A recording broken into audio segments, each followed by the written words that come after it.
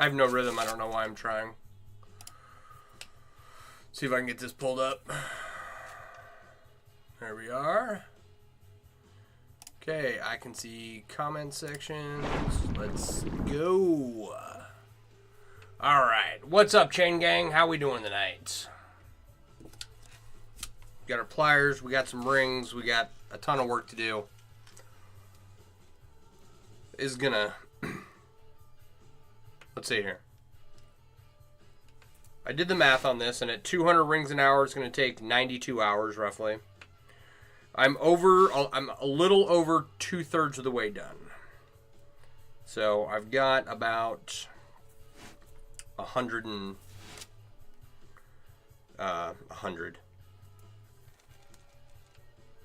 I've got about 30 hours left to go. Probably something somewhere, something like that. And that will, in that time, I will add, probably around 5,500 rings now. Maybe a little more, a little less.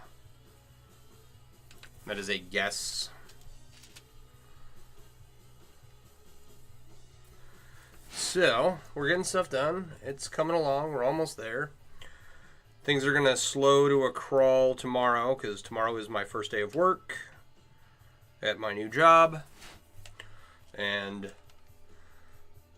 so I'm hoping to finish this sometime next week. I should be able to get a good chunk done on Saturday and Sunday, but end of next week maybe. However, I have predicted the end of projects in the past, and it always takes 3 times as long, so it is what it is.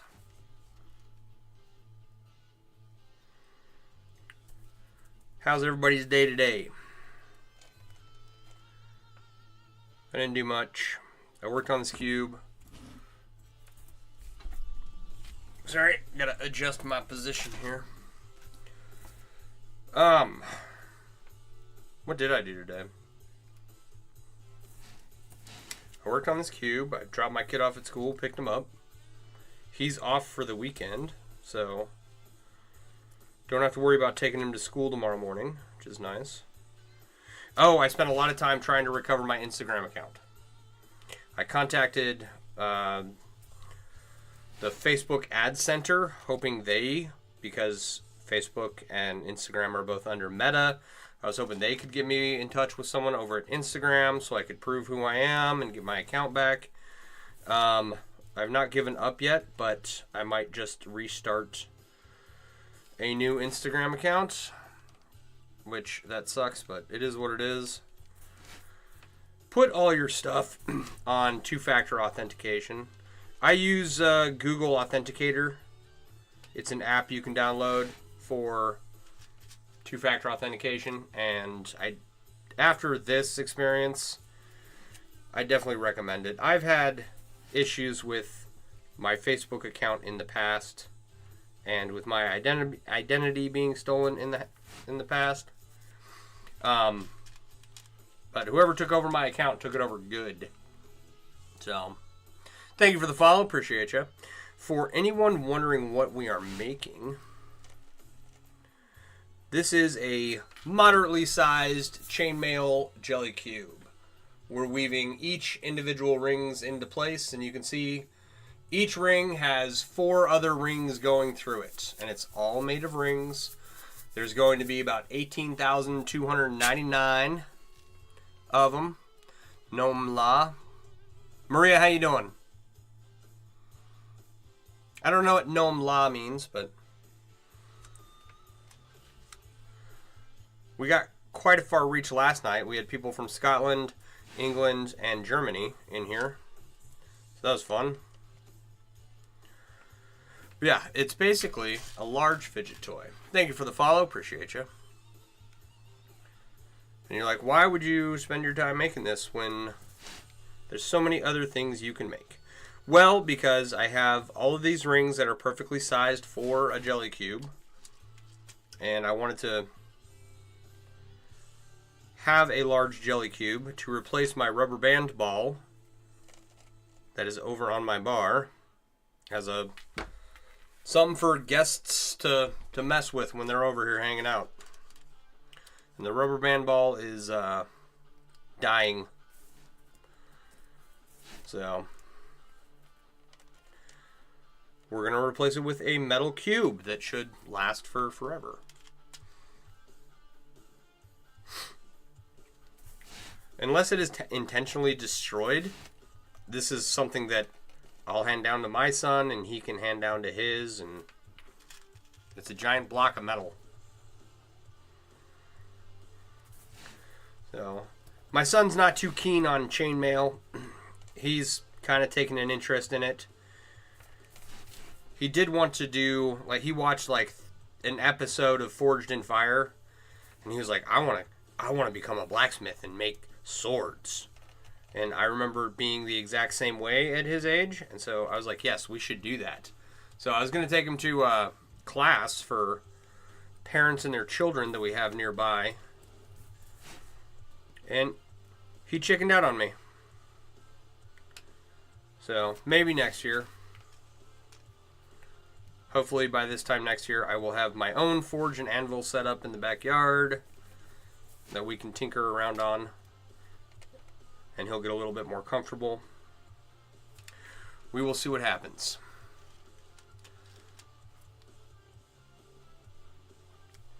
So, I do understand that you can make other shapes using this technique.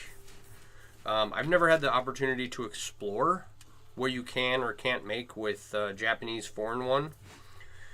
And it's called Japanese 4-in-1 because it is based off of a historical Japanese weave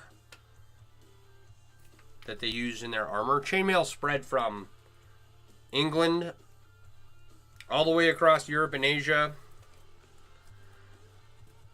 all the way to Japan, before it fell out of style with the invention of firearms. So there's a lot of different types, a lot of different designs.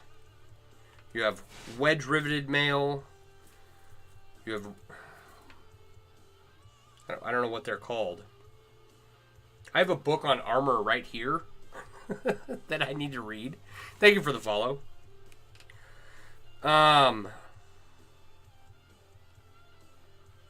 Standard riveted armor. I don't know.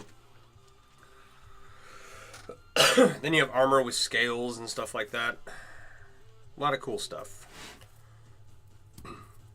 It's had a revival in the last, I'd say, 30 to 40 years of people interested in making it.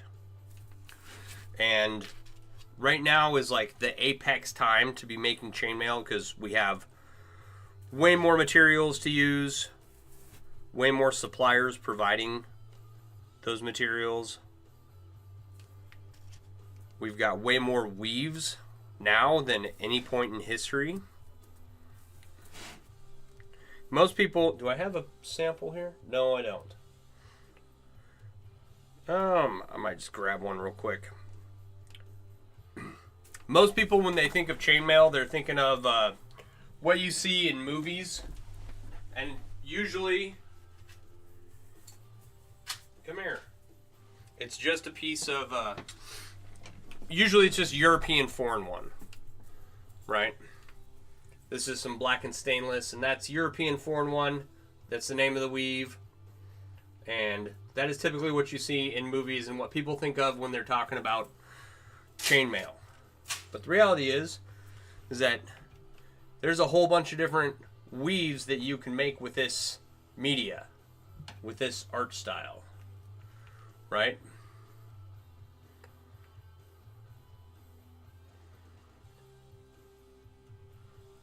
And right now, do I make my own rings? No. So, I used to, and I will again, due to price issues. But, the manufacturers that make chainmail rings that cater to the chainmail community, they make much higher quality rings than I could hope to at home right now. I will invest in a coil and cutting setup eventually. It's gonna be a little bit. I'm I'm going back to work, so this is gonna slow to a crawl here, but like, I can't make saw cut rings at home. I can't anodize aluminum or titanium at home. I mean, you can, but it's costs money to get those setups, right? So I just order the rings that I need. For these, I traded for these. You're in the process now and cutting rings is slow. What kind of cutting rig do you recommend? Are you using galvanized electric fence wire, or like galvanized steel, or are you using aluminum electric fence wire? So the only cutting rig I know of that's available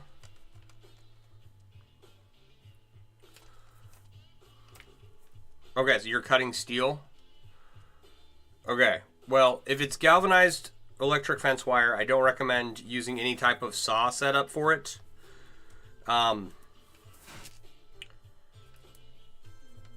Because of the zinc coating of the galvanized steel, when that gets heated, it can cause a lot of respiratory issues, even small amounts.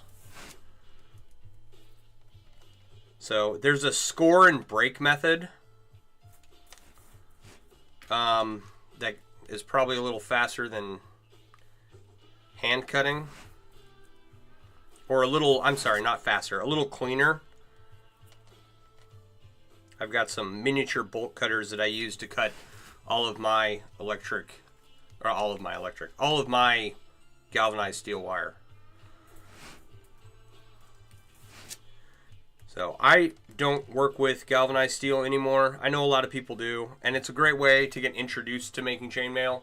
But that's the thing too, is like, there are suppliers out there that offer much better materials. So I stopped making my own rings a long time ago.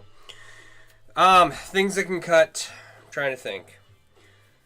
If you're dead set on a setup for cutting rings, even, you know, if you're going to stick with galvanized steel, the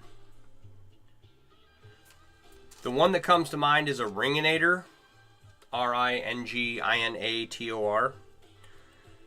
And with that, you can make a setup that'll give you saw cut rings and cut faster than hand clipping them. But like I said, you know, wear a filter at a minimum when you're cutting them. You don't want to breathe that stuff in if it's heated up. And I don't know how much a saw blade is going to heat up rings. I know it's a little bit. I don't know if it's enough to cause the zinc to become harmful. But not something I would do. Which is why I don't work, one of the reasons why I don't work with galvanized steel. This is your second project. You might switch to pre-made once you finish this spool. Yeah, there you go. I mean, nothing wrong. I have a giant spool of wire that I've carried around all over the country. It's galvanized steel. I got it back in 2004, 2005 time frame. And I used up some of it.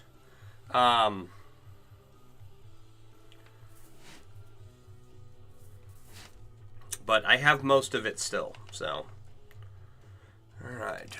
Dremel with the cutoff bit. I know people that use Dremels. There are...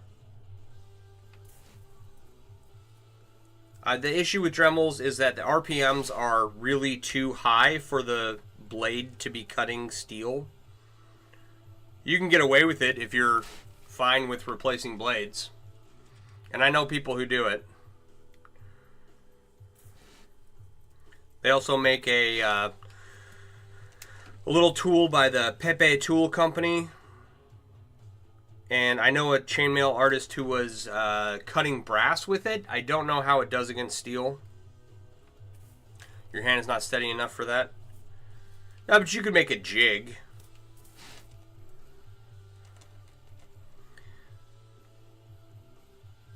It's basically the... Yours adjustable. You have an adjustable speed Dremel that. So how often are you replacing blades? I guess is like the question you need to ask yourself. If it's cost effective for you to use a Dremel, then don't let me tell you what to do.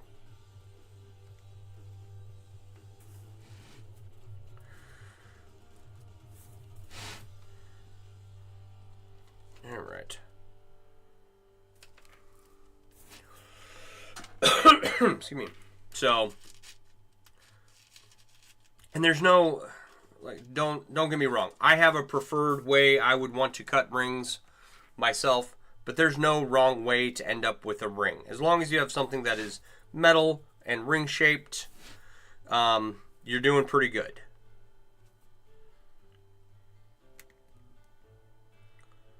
So don't think I'm talking down to anyone or anyone's methods. I've heard some interesting stories about how people have gone about cutting their rings.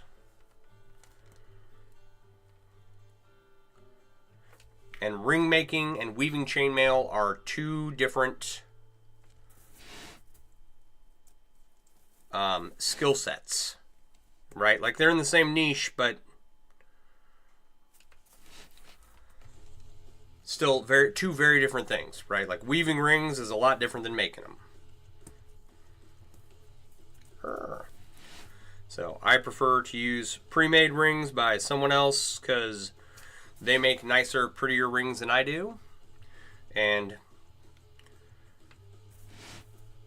once I go back to work and have a little extra money, I will invest in my own coil and cutting setup and several other tools down here for my little basement shop that I have going on.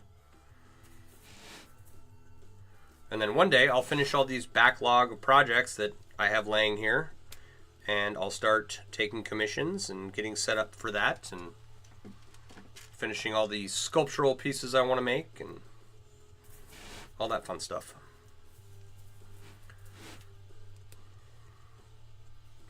So I do intend to make my own again someday. All right. Yeah, the Pepe tool, the Ringinator, apparently an adjustable Dremel, adjustable speed Dremel work. You know, there are, if you're looking for ideas of a simple jig you can set up at home, check YouTube for how to make chainmail, how to make rings for chainmail. Right? There's 1,000 videos out there of people making rings. And even more videos out there of people weaving rings, so, like me. So go follow me on YouTube. And all my other social media platforms. They're in my link tree in my bio. Shameless plug. Come here, you. Where are you going?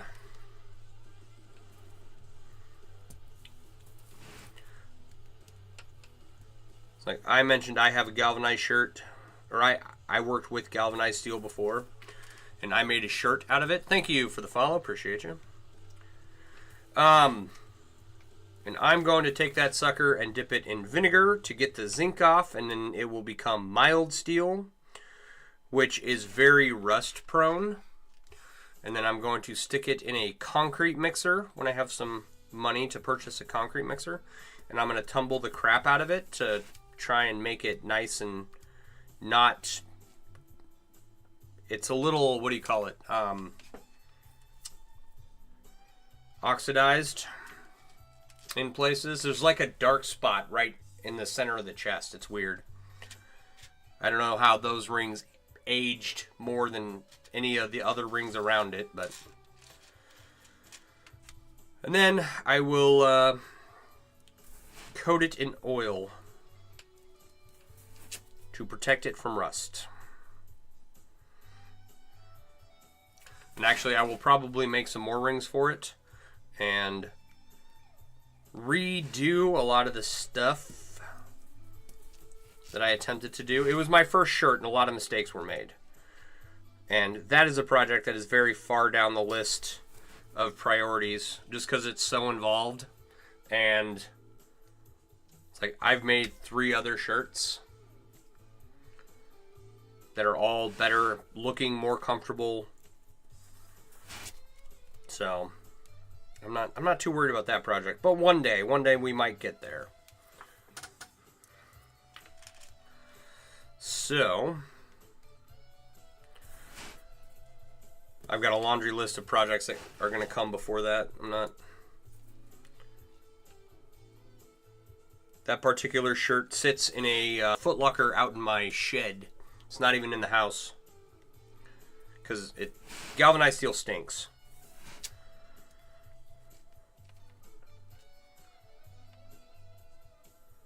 So I keep it out in the shed.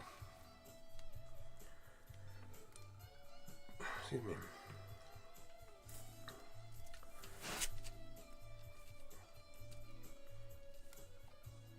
But it might get rehabilitated one day.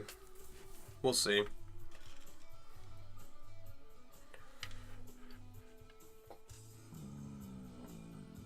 Excuse me.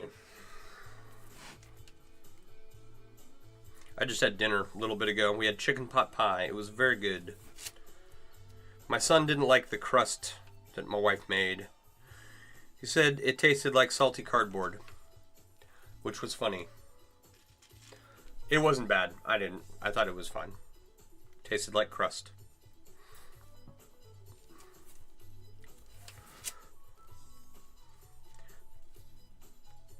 But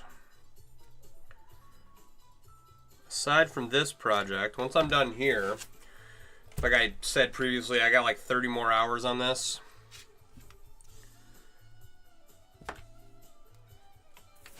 So once I'm done with this, I gotta take the toolkit off I need to clean my bike up. My bike's been sitting in the garage collecting dust and cobwebs for the summer. Did I ask him when and why he ate salty cardboard? No, I did not. It was a missed opportunity. Started making those. You love your jelly cubes? Are you doing 8 and 2 or 4 and 1? These are 4 and 1. Hatchet Matt, how you doing? Thank you for the rose. Appreciate it. I didn't even notice. I've got an 8 by 2 cube here, and it's like not wiggly at all.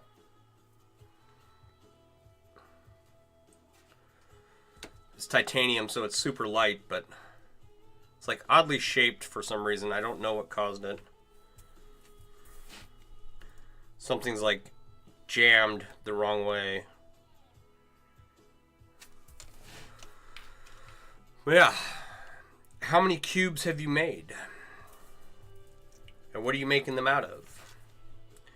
It's like I've got a little collection going myself. I was going to sell this one.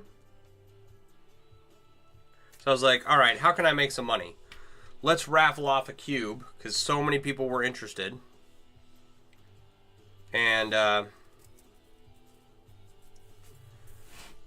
should get a lot of people entering a raffle. And then I was like, my AC went out and my taxes doubled and a bunch of other crap. And I was like, all right, let me go back to work. So now that I'm going back to work, I'm like, you know what? I don't have to sell this if I don't want to. I'm not married to it. I could part with it if someone offered me the right amount of money, but try different aspect ratios. 4.5 for 8 and 2 is perfect. Well, with this was these are 20 gauge 1/8 rings. What's the aspect ratio on that? I wanted to say 3.6. I'd have to do the math though. But anyway, these are rings that I was using up. I have a bunch of piles of old rings that I want to get rid of before I order more. I've said that for like 3 years now, and I keep ordering more rings, but that's not the point. So I'm trying to get rid of all the old stuff that I ordered and didn't have any intention of using them for a project. I was like, let me just play with this, and I happened to order a lot of them. And so these are a bunch of titanium rings that didn't end up working out for what I wanted them to do initially. I was going to make earrings with them. That didn't work out, so they were anodized previously. I tumbled them until most of the color came off and made it into a cube, and I wasn't necessarily experimenting with trying to find, or I wasn't They just happen to work for a cube. Does that make sense? You've made about 6 or 7. Some are small, some are big. You give most of your stuff away to little kids. Right on. Like using aluminum rings that are anodized. You lose your place if you keep it one color. I've shared my thoughts on anodized aluminum before. And it's essentially, I like using anodized aluminum for static pieces. You know, there's nothing wrong with using them for a cube. To each their own. But I want, like, this should stay pretty much this color the rest of its life. If it oxidizes and turns gray, you can tumble it and clean it up, right? Whereas anodized aluminum, eventually it will, the color will fade and it's, you know, not going to ever look as good as it did when it was new. Now, titanium, you can just re-anodize. Right? So I don't mind working with anodized titanium. What is the purpose of these? This one specifically is going to replace my rubber band ball over at my bar to be an entertaining fidget toy for guests. But yeah, they're basically fun to play with, and they're fidget toys. They're tactile and hefty. They're just fun. So, and I had these rings that were the perfect size for them, so I made a cube. It's like I actually made a cube and traded it for these rings. But how are you, Thomas?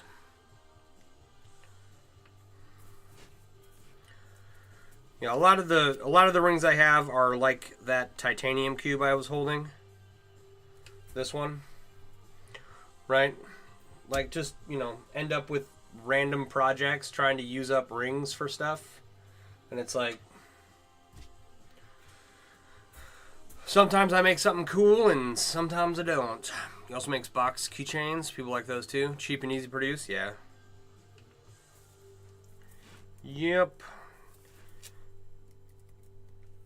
So here, do I even have any of my keychains down here? I think I have one keychain left of the keychains that I did of my logo. That was about it. My logo is actually a Byzantine square.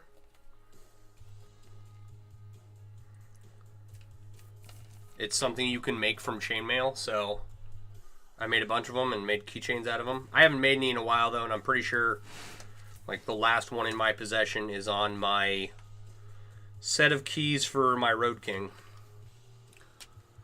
Made a keychain while you were waiting for a plane? Lady watched you the whole time and was amazed? Yeah. That's always fun. Part of the reason why I'm doing this now is like, well, one, the most important reason why I'm doing this is to show other people that you can make cool stuff in your home, and it's artsy, crafty, fun, cool stuff, right? Introducing other people to chainmail. Because I love this hobby. I've been doing it for 28 years. And it, you know, only gets more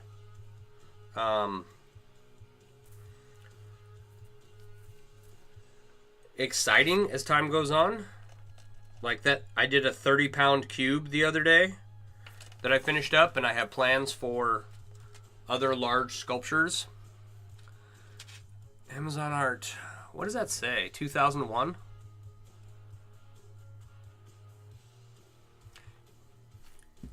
You gave it to her grandson when you were done? Thanks for sharing the live. Appreciate you. Right on. Lady Mailer Designs. How you doing? You want to see this close up?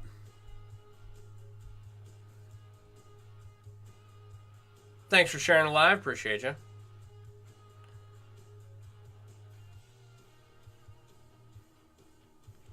So what we're asking, what weave did you want to see? You're very welcome.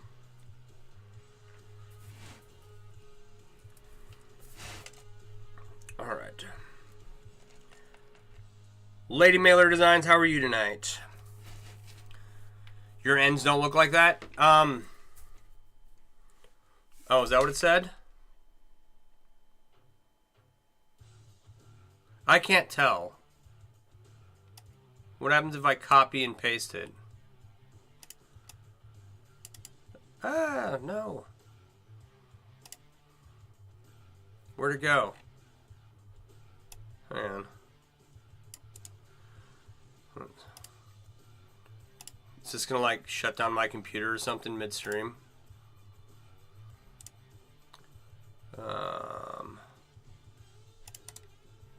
New text document. No, it didn't work there either. Okay. No, don't save. All right, where are we at?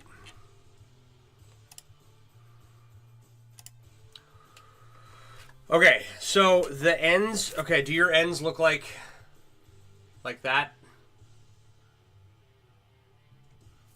Because it just depends on what layer you end with, right?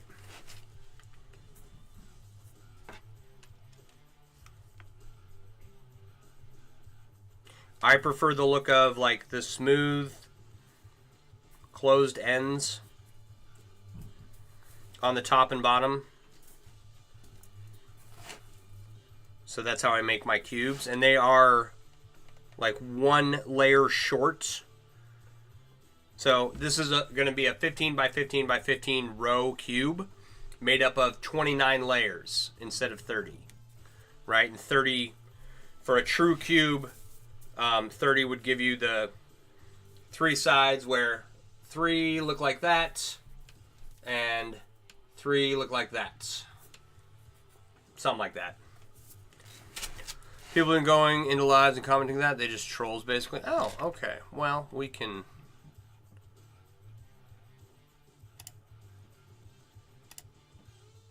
do that.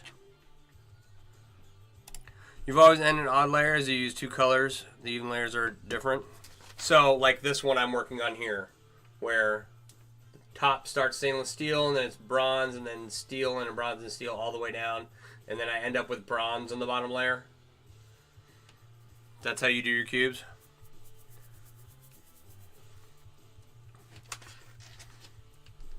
Yeah, there's, I mean, as long as it's relatively cube shaped,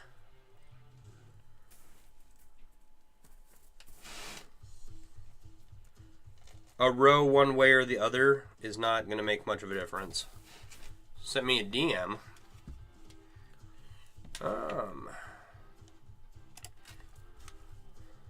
Sorta, I guess your corners just look... No, don't switch. Why am I in here? Okay. Yeah, Mech, I'll have to figure out how to do that later.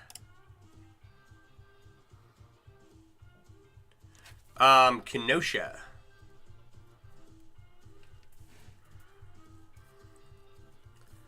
Southeastern Wisconsin.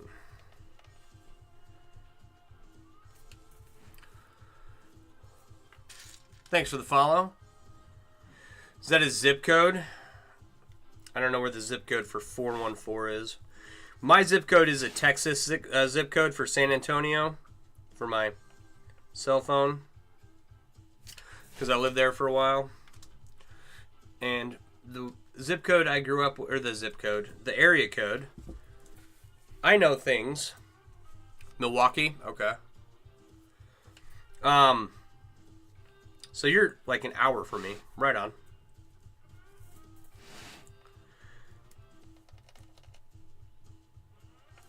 I know the area code I grew up with, which is 208, Boise, Idaho.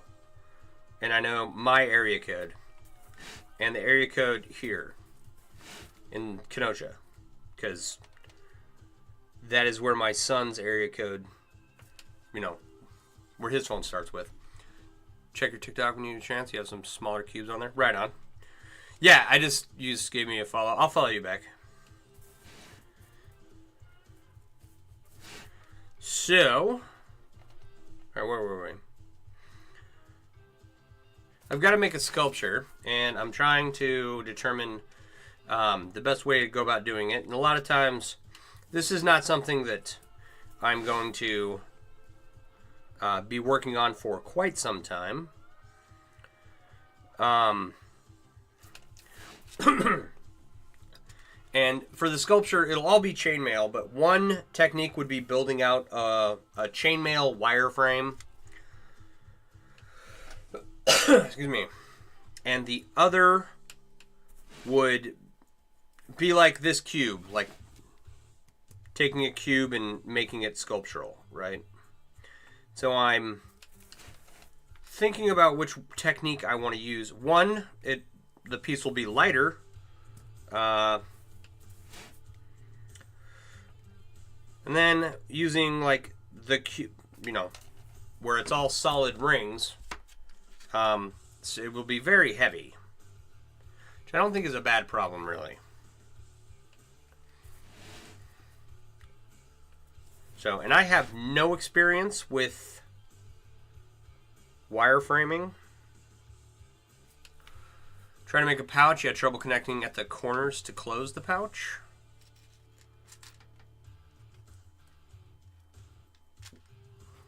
Okay, so if it was just a tube of European Foreign 1, did you use like the 45-degree seam method? Or the contraction method to close the bottom of the pouch?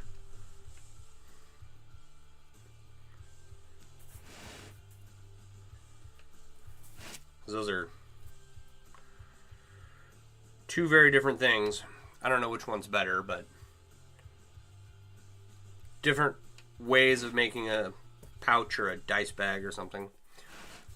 No clue what any of what I said was. Okay, hang on. Do I have a pouch nearby? Alright, hold the phone. Nobody go anywhere. I'll be right back. Pouch. Ah. This one was right there. What's in here? What's in here? Rings. Okay, so did you have little dags on the bottom of your pouch that you sewed up? Right? Like so? Or did you close off the bottom of your pouch using a contraction method where you just reduced each row by a ring or two as you went around?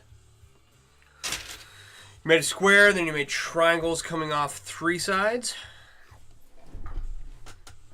Made a square. Okay, so just a completely different shape than what you would normally see. Why am I grabbing everything? Just this. Okay, square. Were they right triangles or isosceles or I don't know any other type of triangle?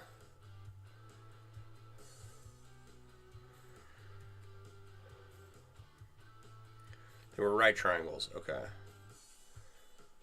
Trying to envision what.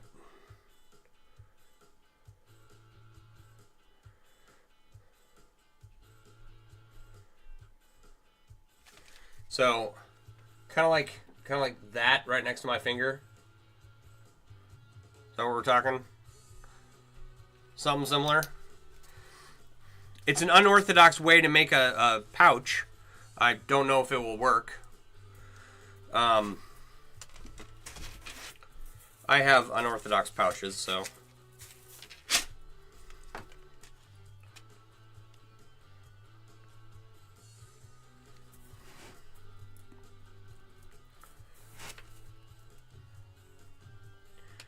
Yeah, no good thoughts on, like, if you handed it to me, I could probably figure it out, right? Or if I had an example, I could probably figure out a way to help you out. But I don't have that, and trying to explain how that would come together. Let's see here. Take a look at this. So this would tie into here. And this would tie into here.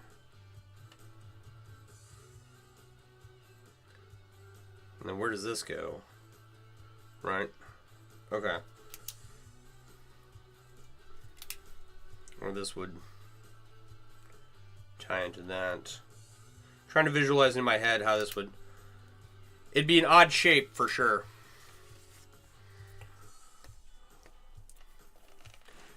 Had no clue what you were doing? That's okay. It was literally just your FAFO. You can make a wide, short tube and then close up the bottom. That's how this one was made. This one was made with leftover rings, right? Actually, you know what? I ordered these rings to add to a shirt, but the edges were very soft, and the rings I had used on the shirt were very sharp. And there's a herd of elephants running through my living room right now. FAFO is how you make most of your designs. Astrid, how are you tonight? Yeah, when I first started, I definitely played around with a lot of different stuff, much more so than I do now. A lot of what I'm doing now is finishing up those ideas I screwed around with, trying to make them successful.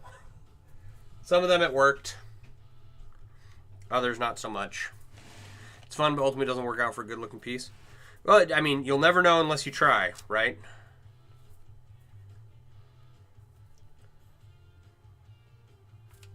And so looking at that, if you added another right triangle,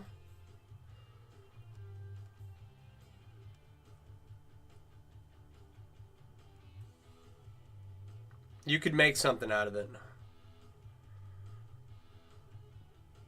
If the square is the bottom and each of the right triangles came up, they were like different colors or something, and then you didn't actually finish the triangle, so what are four-sided two-dimensional objects called? Not rectangles, odd-shaped rectangles, right?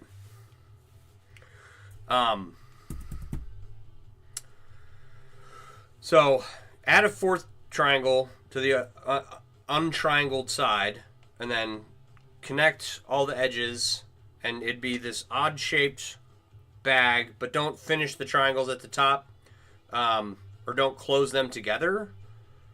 Put a cord through them like this, and that way the top closes up. Pyramid. Rhombus. It's the best way to learn. Yeah, especially when you are experimenting. But I was just mentioning, I am going to be experimenting with a sculptural piece, and I don't know whether to do like a wireframe, a chainmail wireframe for it, or just make a block of chainmail and then add the finished layer around it.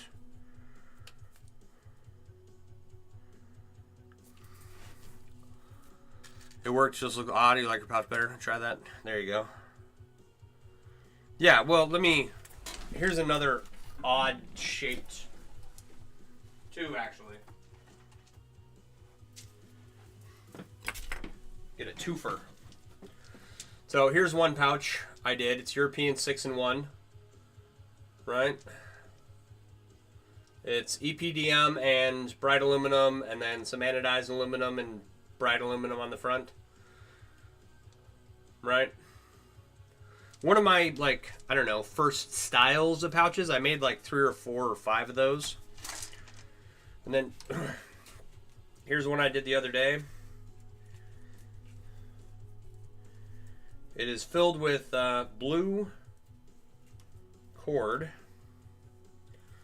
blue 550 cord, right, to hold it out. And I need to tighten up the bottom, right, but it's titanium, and I've got 2 strands of elf weave in here, one on top and one on the bottom. And it, it's unorthodox for a cube, but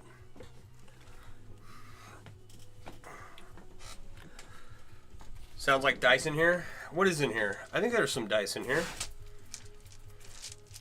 Dice and marbles.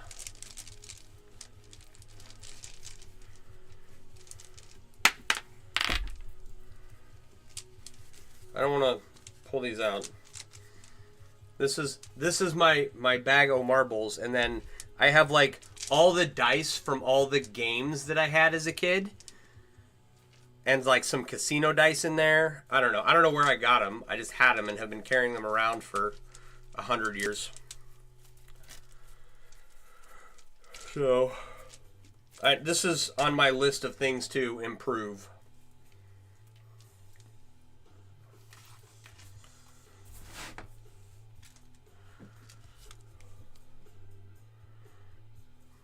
I've made a few other odd-shaped bags or pouches.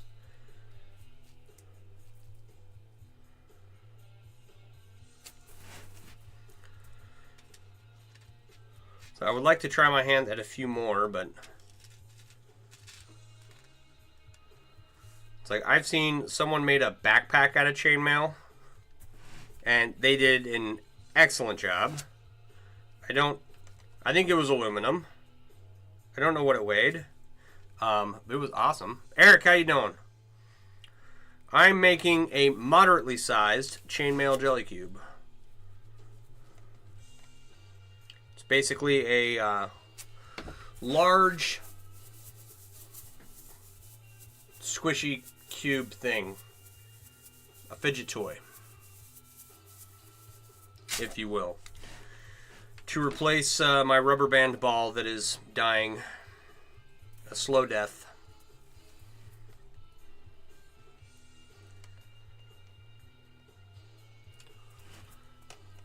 You made a chest plate? What material did you use? Like a steel armored breastplate?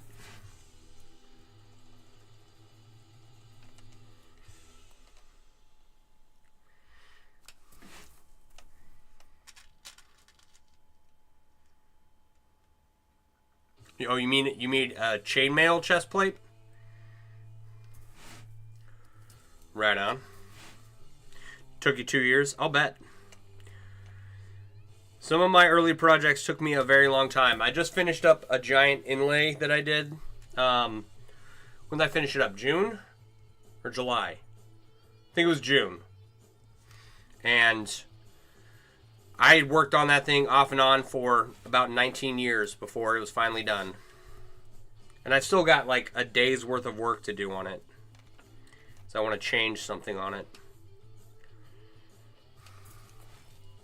I did make my bracelet. Well, I made 6 of the 8. I did not make this one. This is JPL 5. I got it from Masterlinks Mail. He's in my area, and whenever he's vending nearby, I get on the bike and ride out and see him. And he was out at the local Harley shop. And then I made this one, and then these two on this wrist. And then on this wrist, I made this one. Can't see the designs on the beads. There's triquetras on there. I bought this one from Sassy Lass Studios at the Oddities and Curiosities Expo that happened in Chicago a couple years ago, and then I made these two.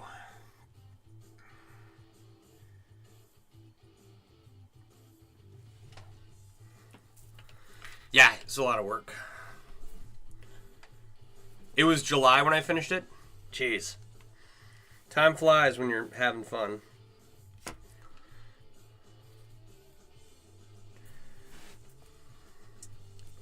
So, yeah, well, it is a lot of work, but I've been doing this for 28 years, and I have a lot of stuff done. So, I probably have woven together about 2 million rings at this point.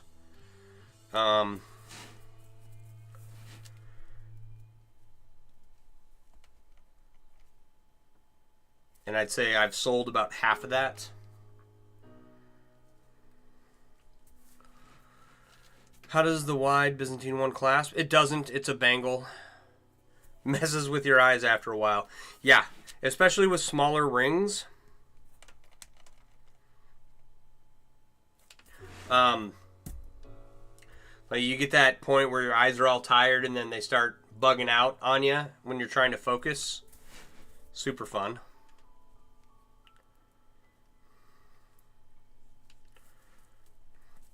So,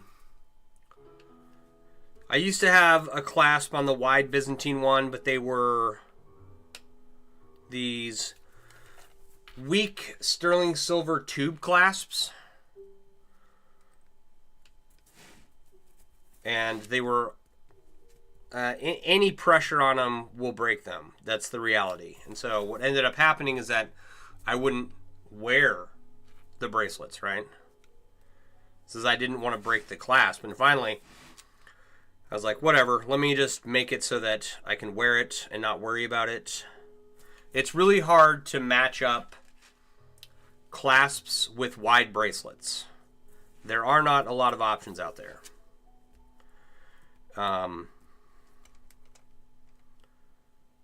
Tube clasps are the route a lot of people take, like sterling silver tube clasps. All right, more piano stuff. Why? I get that like classical music was the precursor to rock, but this one, can we dislike that and maybe it won't come back? I keep having to skip over that song. It's like a 12-minute long piano song.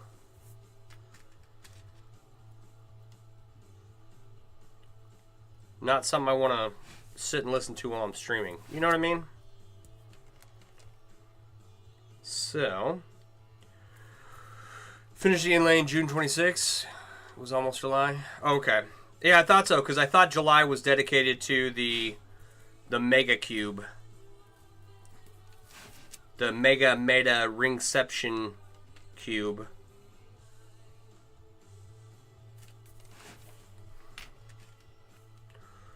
So many cubes lately.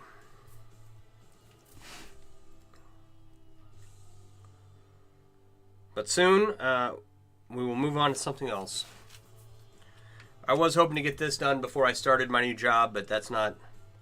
As I start tomorrow morning, I'm not going to weave 5,000 rings in a single night. It's physically impossible for one person to do that.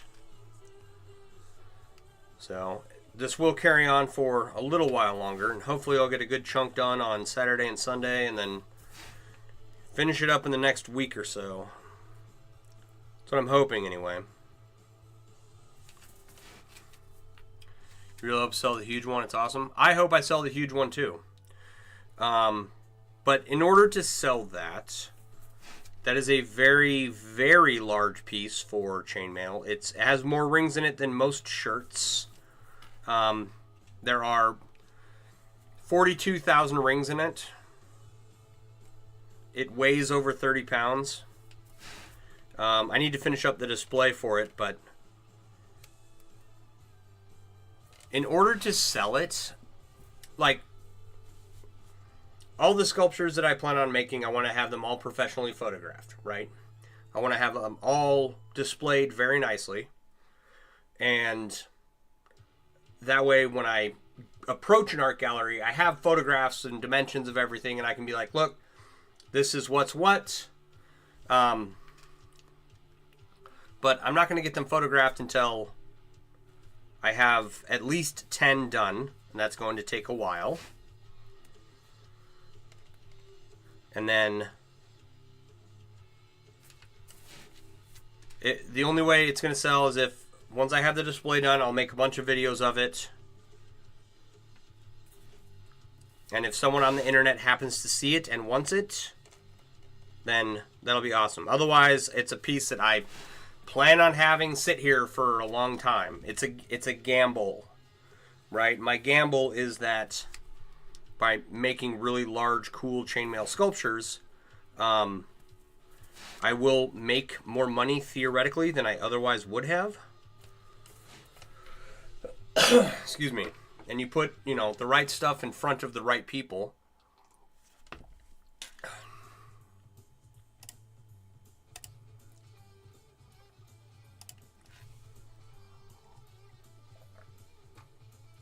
And you never know what's going to happen. I didn't think I'd sell my last cube, but someone stumbled across my TikTok video about it, and I had several offers on it. The person it sold to offered the most.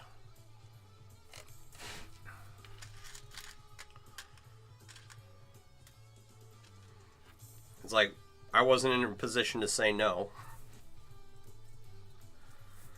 So, but like I said, with this one, like, I'm not married to it. I could sell this one. I could sell the giant cube because I'm not married to that one either. That one was built as an art piece to be sold to someone else.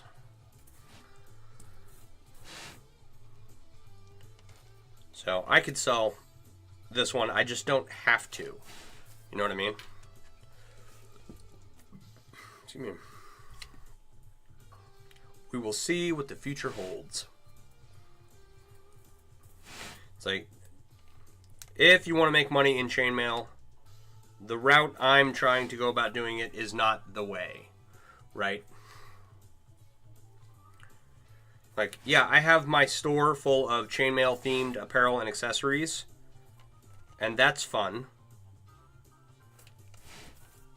But making huge time consuming pieces like this, yeah, not the way to make money. Not really. Can you? Yeah, I believe so, which is why I'm attempting it.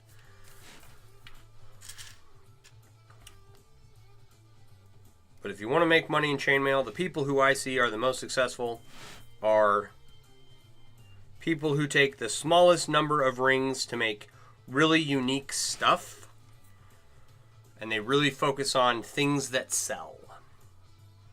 Whereas I'm just over here doing whatever.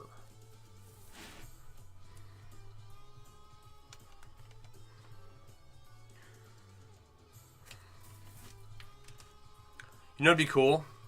Thank you for the follow.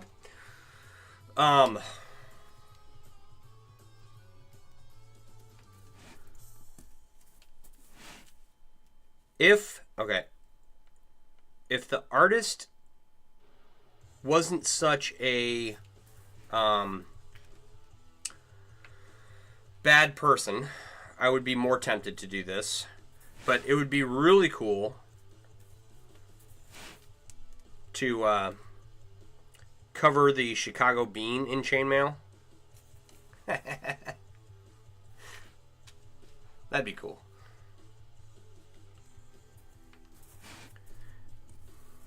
You could do it. The issue with that is getting the contouring right. So just using like European foreign one, right? You can shape and contour a giant sheet to fit perfectly over the bean and be able to like weave it together underneath or whatever. I'm pretty sure that that's like desecration or, I don't know, vandalism.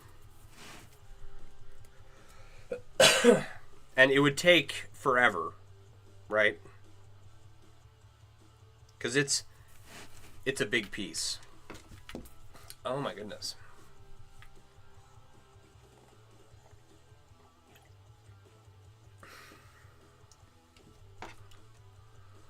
But it would be cool as like a stunt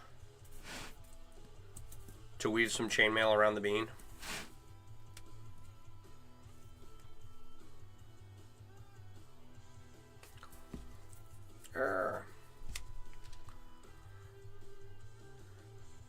Let me just write that down, actually.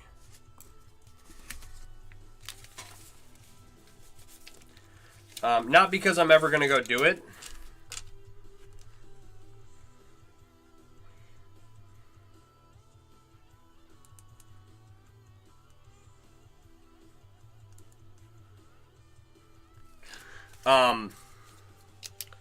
That's simply too large of a piece to try and like get away with doing in one night. You would need multiple people working on that to secure it to the bean. They could cut it off, right? So I wouldn't be too worried about it. But how long have you been making chainmail? 28 years or so. Yeah, we're just making the bean a nice weighted blanket to keep it warm. It's made out of metal. 12 gauge 1-inch rings would make it less time. Yeah, it'd also be killer on your hands.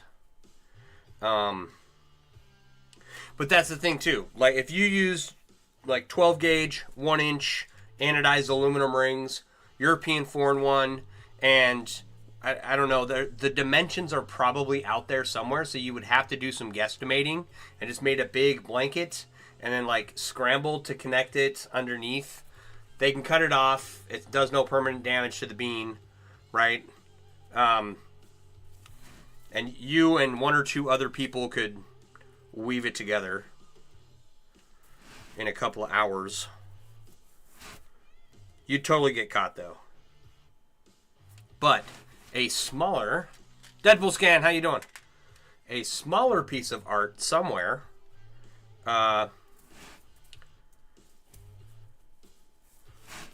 You know, one located in a quiet area of town. It would probably scratch it up a lot. I don't know what the bean is made out of. I doubt it's easy to scratch. I don't know.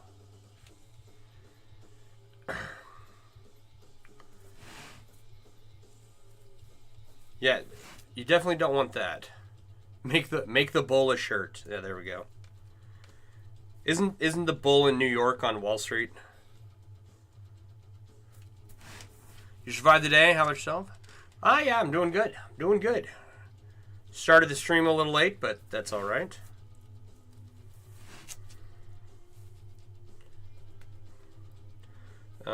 Had some chicken pot pie for dinner that is haunting me. All right, so the bull in... I'll tell you who needs a chainmail shirt. The bull on Wall Street is not the creature that needs a chainmail shirt. It's that little female statue they put in front of the bull. That thing needs protection.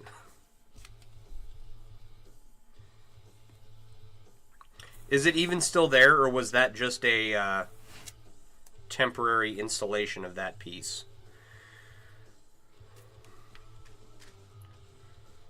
Come on.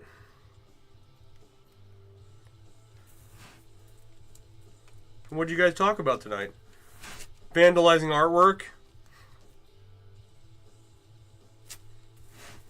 That's as good a conversation as any. But no, there's like little pieces of art around my town here.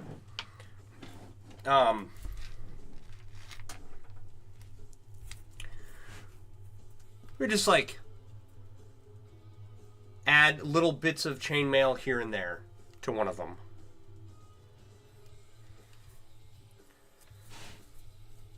That'd be funny.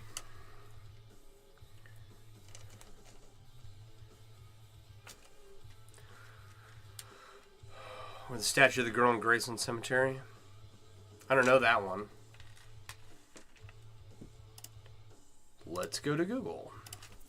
Alright, Gracie and my girl.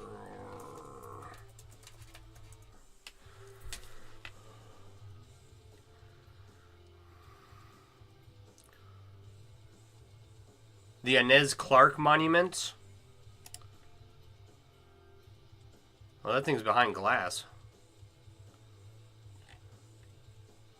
That's creepy.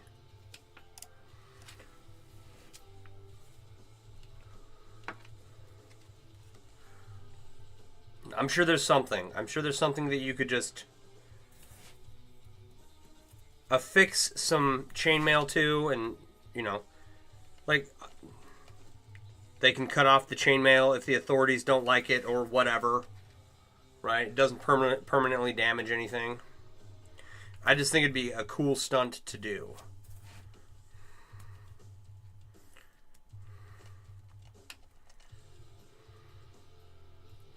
Now, I wouldn't do the bean.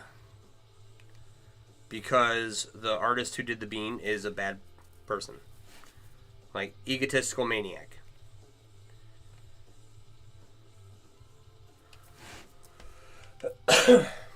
People have said they've seen it walking around the cemetery at night. Give it a chainmail shirt so it warns people. I think I've heard about this statue before, actually, now that I think about it.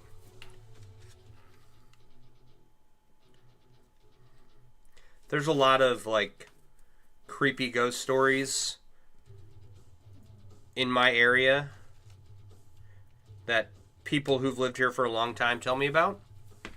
Oh, the puzzle piece of death. I am not a robot. So, like, there's some road where people see a woman walking along the bridge there, and then when they stop to help her, she disappears, and I don't know. I'd have to talk to the wife about it.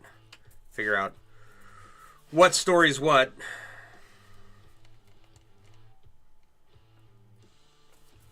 I think I might make the sound of it walking around even more creepy. If a ghost is walking around in a chainmail shirt. Well, it'd be like, who were the guys that visited Scrooge? His partners. And they wake him up. And they're like walking around with chains dragging along the floor.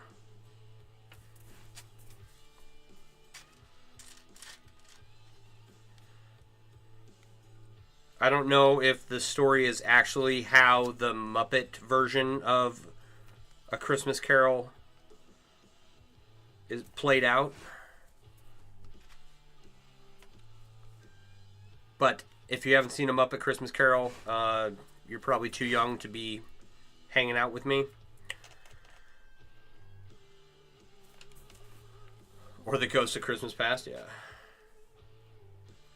Yup.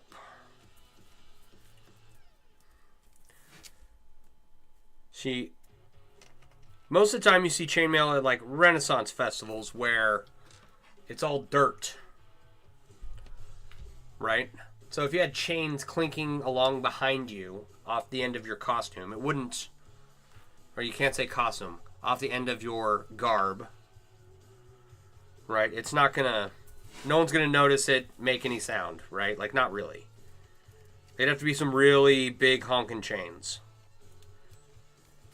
to make a lot of noise in a busy area, right? Thanks for the follow, appreciate you. But if you were, say, I don't know, walking home on a sidewalk in a cloak with a skull mask on, and you had chains dragging along the sidewalk behind you, that'd be cool.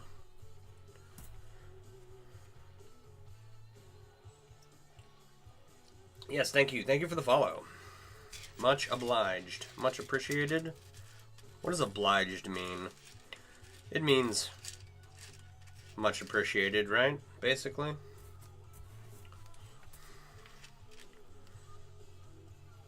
I don't know my obliges.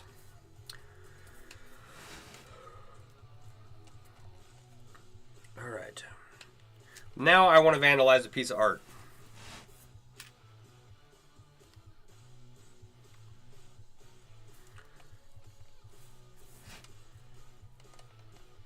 Not like permanently or anything.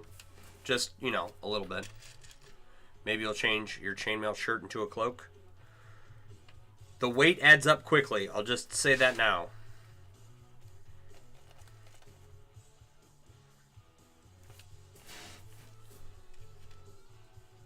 But I have seen it done. Someone made like this giant aluminum cloak with anodized aluminum inlays in it. It was awesome.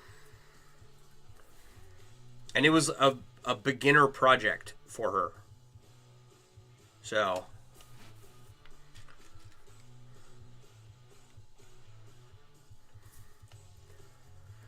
if I had access to, oh, what the frick is that business's name? It's the Ring Lord, and then it's Mailtech, right? Mailletech. They make giant pieces of welded chainmail, right? If I had access to one of those machines, or maybe I'll just call them and order a piece and just have a chainmail cloak made, because they use very small gauges of wire, and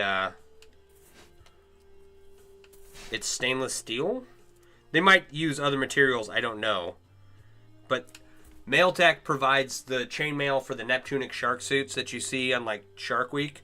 You're learning the weight adding up the hard way. Yeah, I have a motorcycle vest covered in chainmail that is very heavy.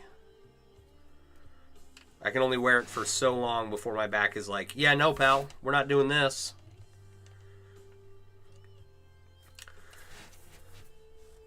So maybe I will contact Mailtech and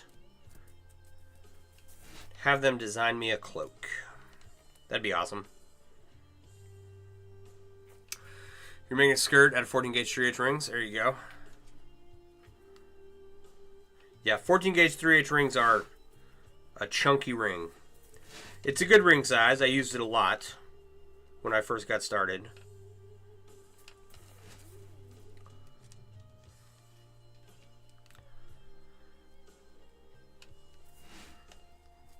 So I made a European 6-in-1 shirt. That was the weave I used. And it really didn't work out very well, but and it's ridiculous. It's absurdly heavy. So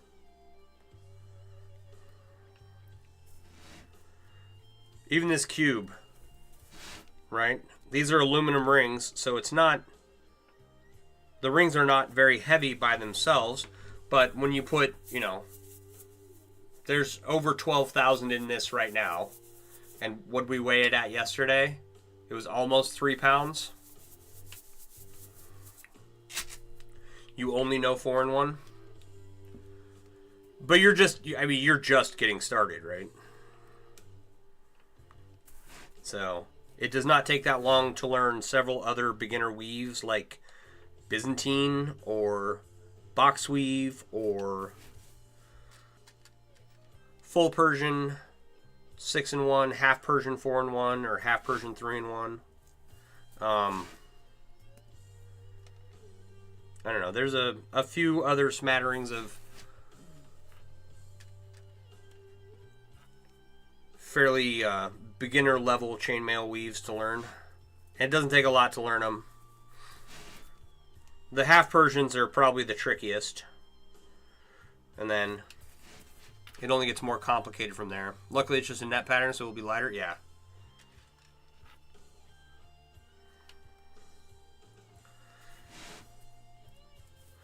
The first weave I learned was 4-in-1.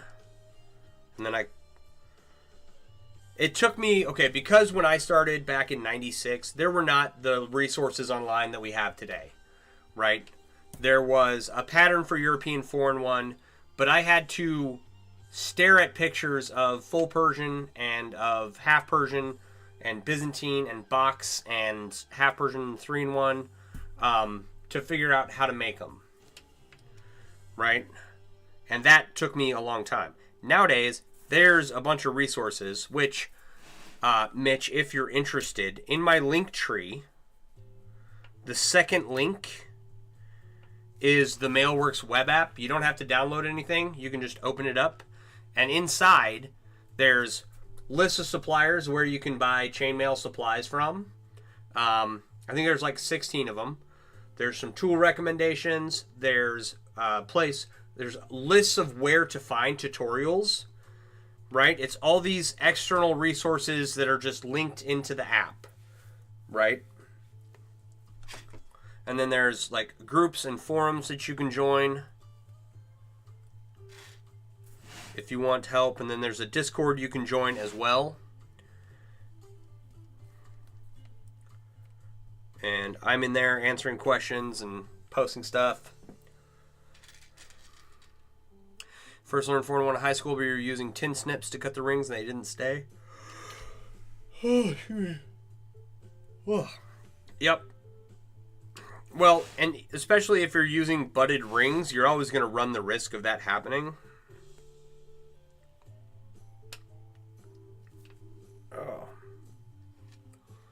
So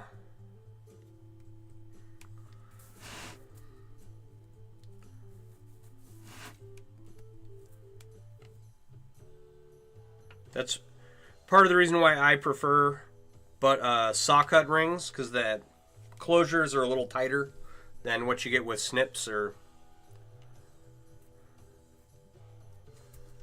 What the heck?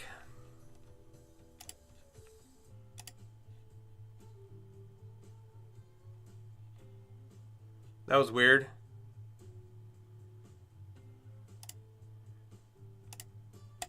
My own stream just like moved on to the next. TikTok is lagging really bad. I don't know why. It just kicked me out of my own stream. So, oh, you know what? Hey, let's try this. Let's do this. For some reason, I set this up before I started streaming. See if we can make it work better. I got kicked off my own Wi-Fi network.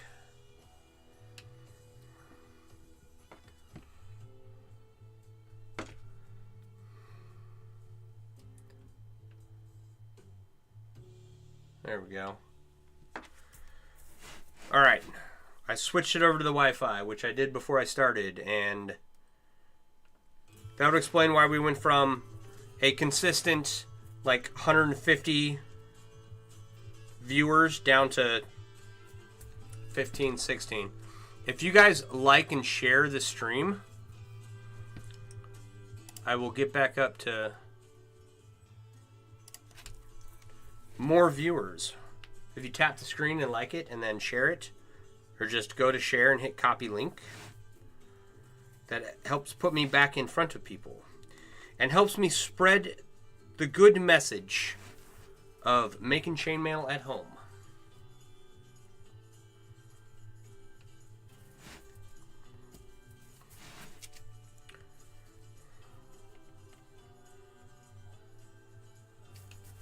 Much better? Okay.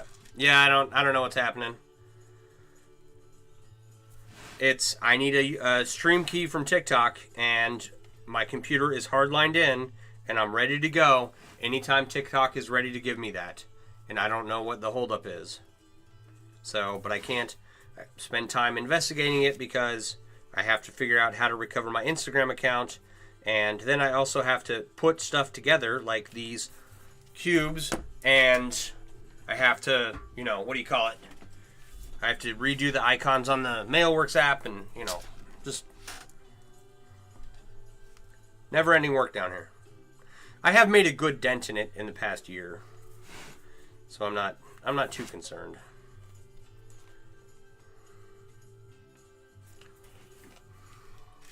I made 6 of the 8 bracelets that I'm wearing, Vanessa. How are you tonight?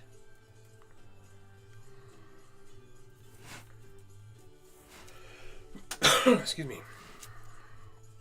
My bracelets and my necklace. And I've decided that I'm just going to start making more necklaces for myself. And I'm just going to look like Mr. T. Right? But I made this one.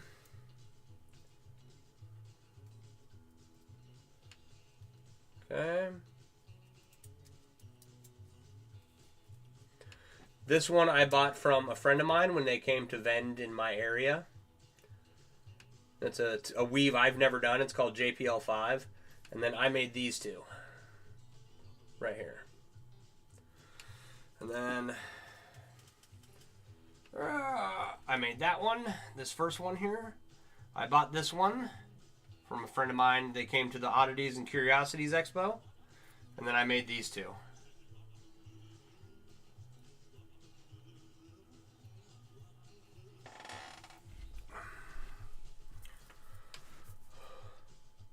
Thank you. Make a big logo pendant. Hang on, let me grab my logo sculpture. Hang on, I'll be right back.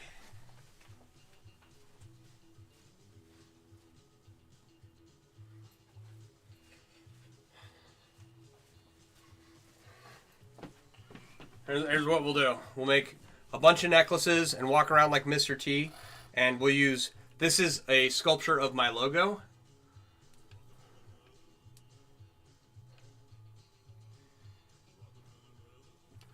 Okay. And then we'll just we'll throw this on a chain and walk around like that. Ugh.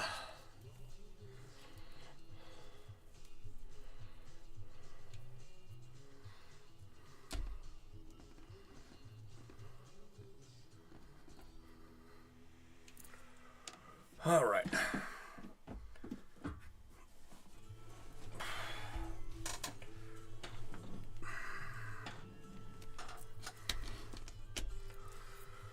Those are insane.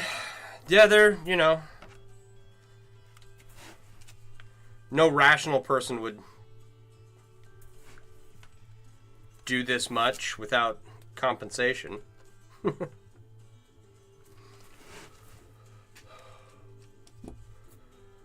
Ugh.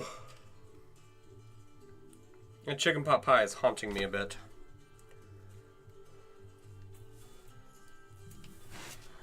Excuse me. So, that's my goal. Just make a necklace in a bunch of different weaves and add it to my neck and walk around. And just be a character.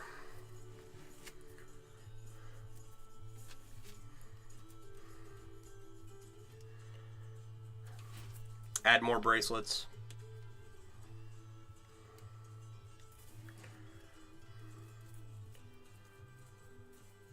See, I don't have any jewelry. Like, I have my designs that I've done, and I've got a bunch to make in like the 2 bracelet designs I've done, and I've got a bunch of necklaces I need to make. Right. What I don't have any plans to make jewelry for myself, really. I've made enough for myself. I just have like sculptural applications of chainmail that I want to try out. So, and that is one of the reasons why I'm like, I don't really know if vending is right for me. Just because the people I see being successful at vending chainmail, they are making stuff all of the time, even more so than me. Right? But, unlike me, they're making the same stuff over and over and over again. Right? And I know what you're thinking. You're thinking, Sean, you've been working on this cube for 3 weeks now. How is that any different? It's not. Like, I don't have a rational answer for that, but get out of there.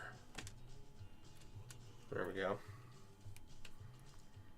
So, maybe I'd be okay at it. And with my clothing line and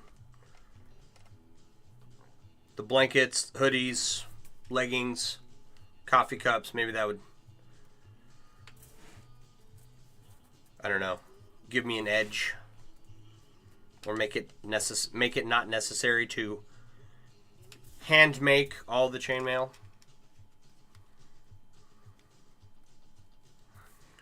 One day I will get there.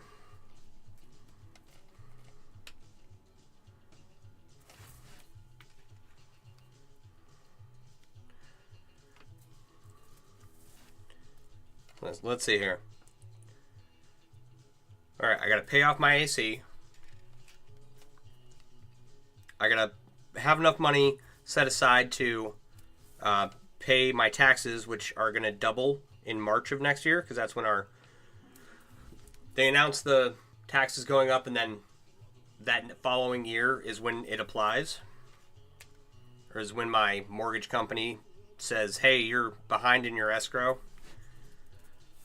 So I need to set aside money for that. My neighbor is getting their roof replaced, and I need mine replaced. And then I have 4 rooms that are carpeted that need to be either recarpeted. I'd rather just put wood floors in if we're going to change out the floors at all. So, and then, you know, a laundry list of other small things around my house that need to be fixed, right?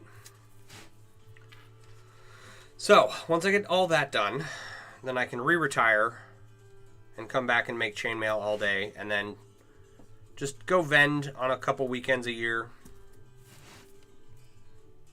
So, we'll see. We'll see how it goes.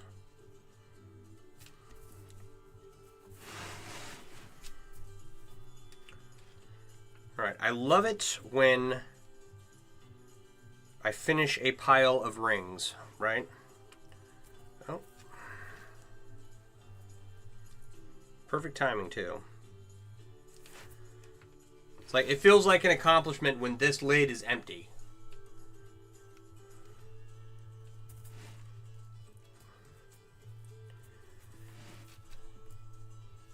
Just a couple more rings here, and then for anyone watching, my name's Sean. I run mailworks.com, where I design and sell chainmail themed apparel and accessories like giant chainmail themed snug hoodies that are super warm. It is getting cold, so think about that. Alright, Mech, have a good one.